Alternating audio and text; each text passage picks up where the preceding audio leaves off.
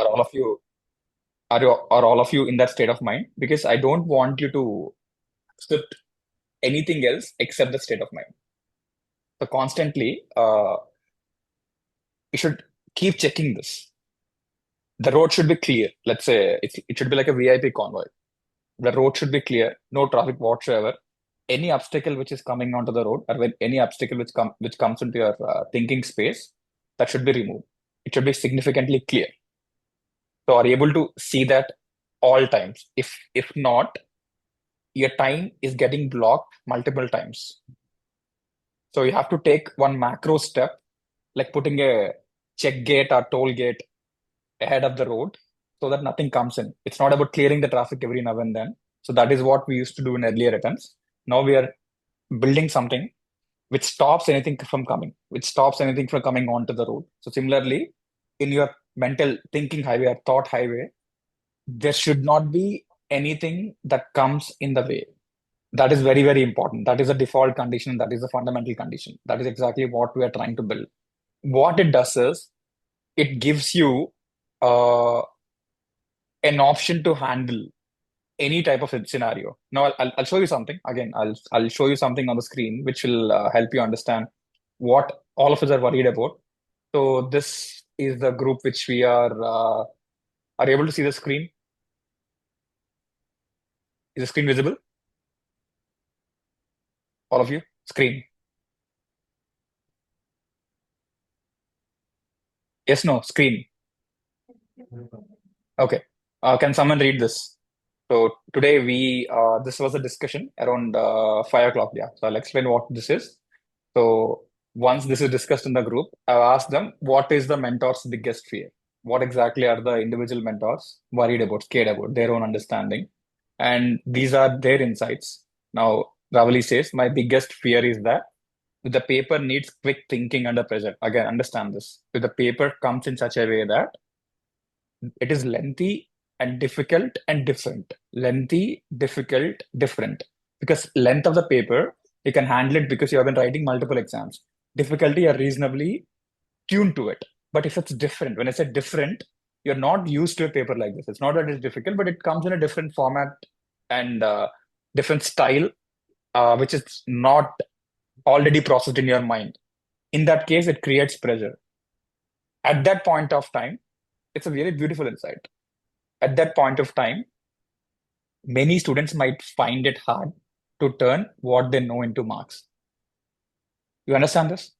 In a scenario where the paper is not coming as per your, I would say, understanding framework. You know that it is going to be difficult. All of us know that CA exam is difficult. All of us know that. Nothing new about it. But the thing is, it comes in a particular type where you feel surprised, where you feel it's over and above your head. At that point of time, within the time frame, within the pressurized situation, would our students be able to handle it? This is our concern. Now, this is a valid concern. Now, coming to the other one, let's look at what Hari has said. Now, when we started this, let's say when we started this, we largely assure results. That's the whole objective of what we do.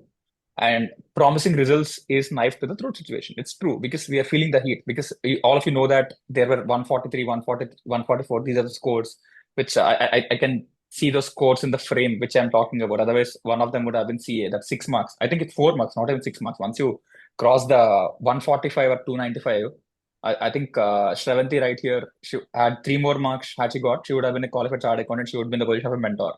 Now the whole scenario is like that. It's such a you know scenario where the margin of error is very less. Hari has written this very beautifully. See this. Getting 144 instead of 146 again. So 146, there is a good chance of pushing. They'll add the 2 marks, 3 marks. They won't add. There is a significant difference. You pass all the papers, and there is a very little chance that you get 147 or 148. You won't see that mark sheet. You'll see 144. You'll see 143. We also got it, right? So, which means one MCQ. And he mentions it very clearly. A small error in a question. So everything goes well. Error is an error, which is unintentional and inevitable. You cannot do anything about it. That creeps in no matter what you do. So that is precision, right? You get everything right. At that point of time, a flip of thought. Recently, I was looking into your papers. Somebody wrote 80,000 at the top. When it came down, it became 8,000. And the question, it lost. 2 or 3 marks got lost. Now, I'm not going to argue with the mentor saying that it was right and then you should give 1 or 2 marks. No, I won't because I see I won't. So everything went right. Everything. Mentor side, your side. That number, zero has no value. Now it has become super valuable because the 2, 3 marks will significantly impact you. Which questions everything we do, which questions everything we put in, which pulls down our moral, including students. Again, so this is right. So the 2 marks, that is where the game is ruthless. Now, if you want to understand what this is, if you want to really understand what this is the nature of a World Cup game, right? You win, you lose. If you follow cricket, I think 2019 World Cup, right? New Zealand versus England. Both of them leveled the scores. At that point of time, I wrote a tweet like New Zealand won the world, England got the cup. Technically, England took that cup away, but New Zealand won the world because that's how it is. So, similarly, in your cases, the world is not so friendly to you, friendly to your effort. Even if you get 135, even if you prepare for 30 days or 25 days and get 137, 138, it's a phenomenal effort from what it is. You're going through something in your life, you pull out something. Even after you do all of that, the world doesn't care. It's ruthless, right? So, this time, I'm telling you, let's get 146 instead of 144. Now, last time this happened. Our students deserve to get 146. They end up getting 144. If that is possible, if this is possible, as an entrepreneur, I'll always think the inverse. Inverse should be possible. Let's say your natural capability is 140. Okay. Your capability max out, it's 140. Still, how do we get to 150? This is how we are looking at. Now, for that to happen, I need an intellectual highway. Now, I'll start working with you personally one-to-one starting from tomorrow. But the thing is, in today's test, which you're going to write 1 hour from now, don't operate with a sense of fear. Don't just remove this assumption that I don't know. Don't write the exam with the assumption that I don't know. Just switch it. It's a small switch. Okay, it's a small switch. Just flip it. Go with the assumption that you know. Just assume that you know. And don't leave any scope for fear. Don't leave any scope that you're right or wrong. Whatever. Just go with a singular line of thinking. It's okay. You might make a mistake. It's okay. You might lose some marks. But I wanted to experience what it can do for you. It's very important. Just experience it for one exam. Can you do that for me? One exam. Flip the thinking. This is right or wrong. Am I choosing the right question? Is it the right way to write it? Should I apply this section? Should I apply this formula? All of it. Go with linear thinking. Go with the assumption that I know this, I got this. I know this, I got this. Whether you're solving MCQs, just do this. Now, one time you do it, you'll see the benefits. You'll see the benefit. Now, how will it benefit you? It will remove the mental friction. It will significantly reduce the mental friction. Once your mental friction is out, it's down, you'll see your true possibilities, your true capabilities. Now, that will give that additional 10%. You don't have to study one extra chapter. You don't have to solve an extra question paper. This friction, this slight amount of friction. Anju, don't you think you have done enough to cross 150 last time? Yes or no? Yes. Yeah. So should don't you think some level of application with this framework, let's say less worries, something at the mindset level, could you not scored plus 3 or 4 marks? Isn't that a possibility? So you can all rest of you check with people who lost it by 6 to 7 marks. I don't want you to get there. I don't want anyone to get into the bracket of 135 place. That is a very minor bracket because I can see 3 people right here on the screen at the beginning of the frame. All of them could have cleared. They know that. Whether it's Tejashwi or seventh, you know that you could have just cleared. You've done enough. You've done enough. So that it's not because of more preparation. It just requires a slight mental shift. Okay, this is one hack which I'm talking about. Now I'll also tell you something which I'm sharing my original thoughts in the sense that normally it goes into a slide like this and all of this, but right now I thought I just want to treat you as a mature individual. Like what I'm sharing to my team is what I'm sharing to you outrightly on the screen. Clear. Now, number one, whenever you think, whenever you think that there is a possibility of failure, the first thing is convert that into a feeling. When you experience failure as a feeling, convert that into a fact. Let's say I'll fail. I'll fail in IDT, or I'll get. I'm scared that I'll get only 45. If that is the feeling which you get today, convert that into a specific fact.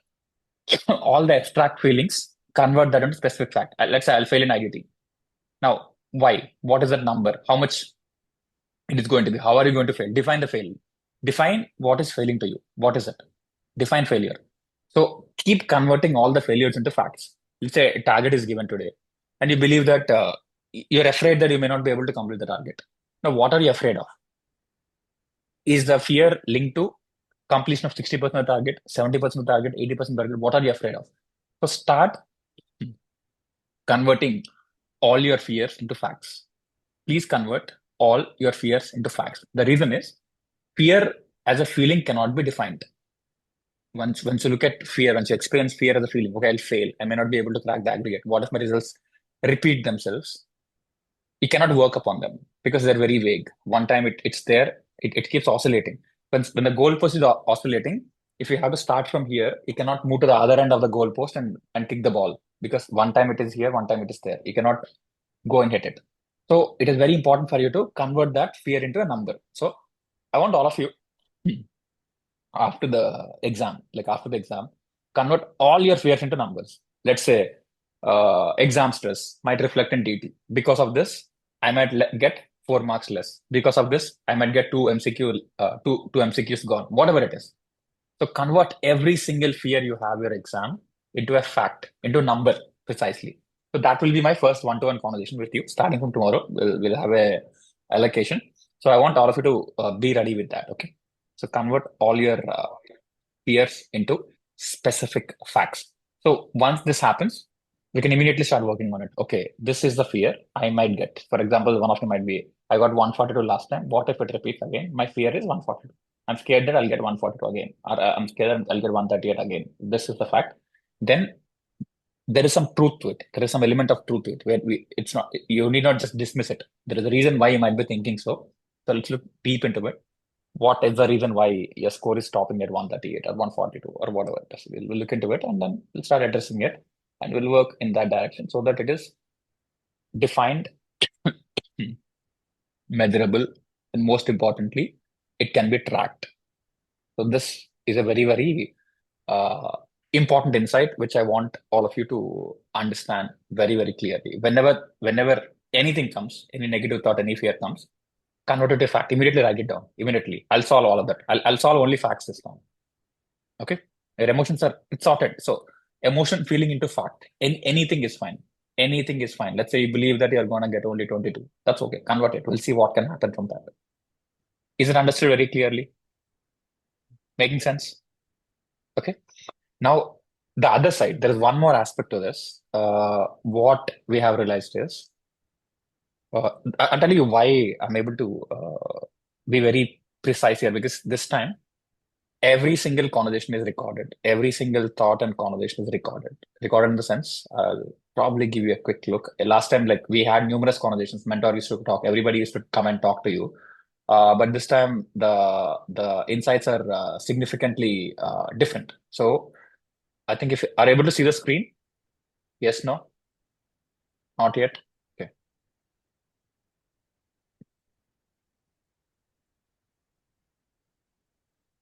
So this time, the way we are approaching this is it visible?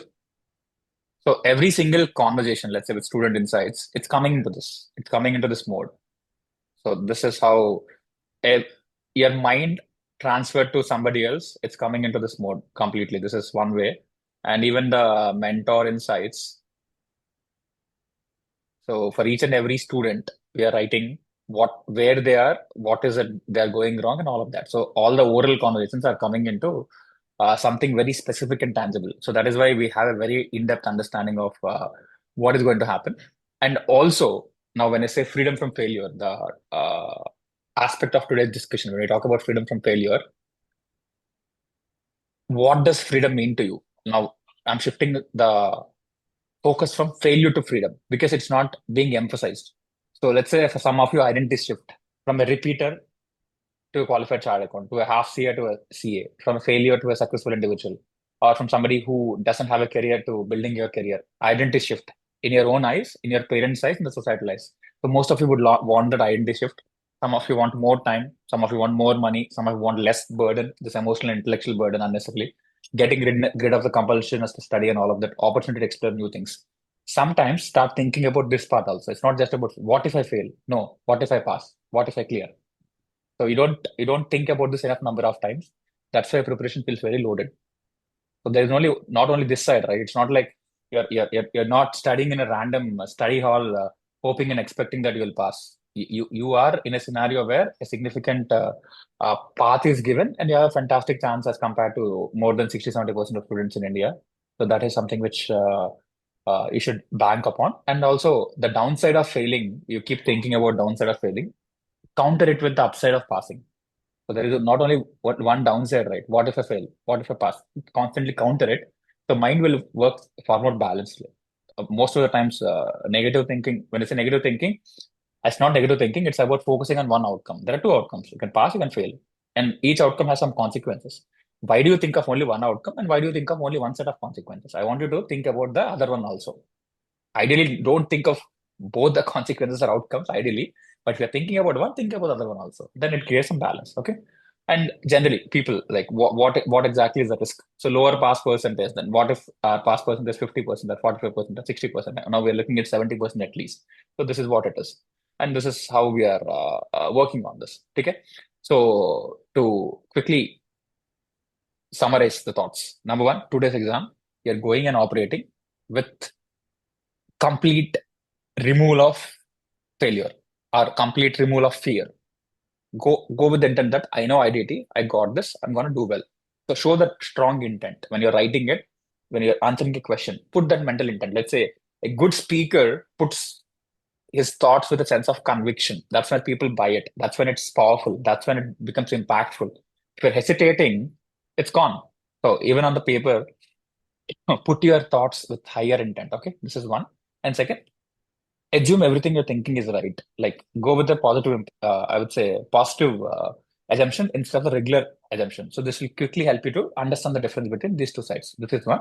And the other side, completely convert all your fears into facts. Every single fear which you are going through, whatever it is, convert everything into a fact.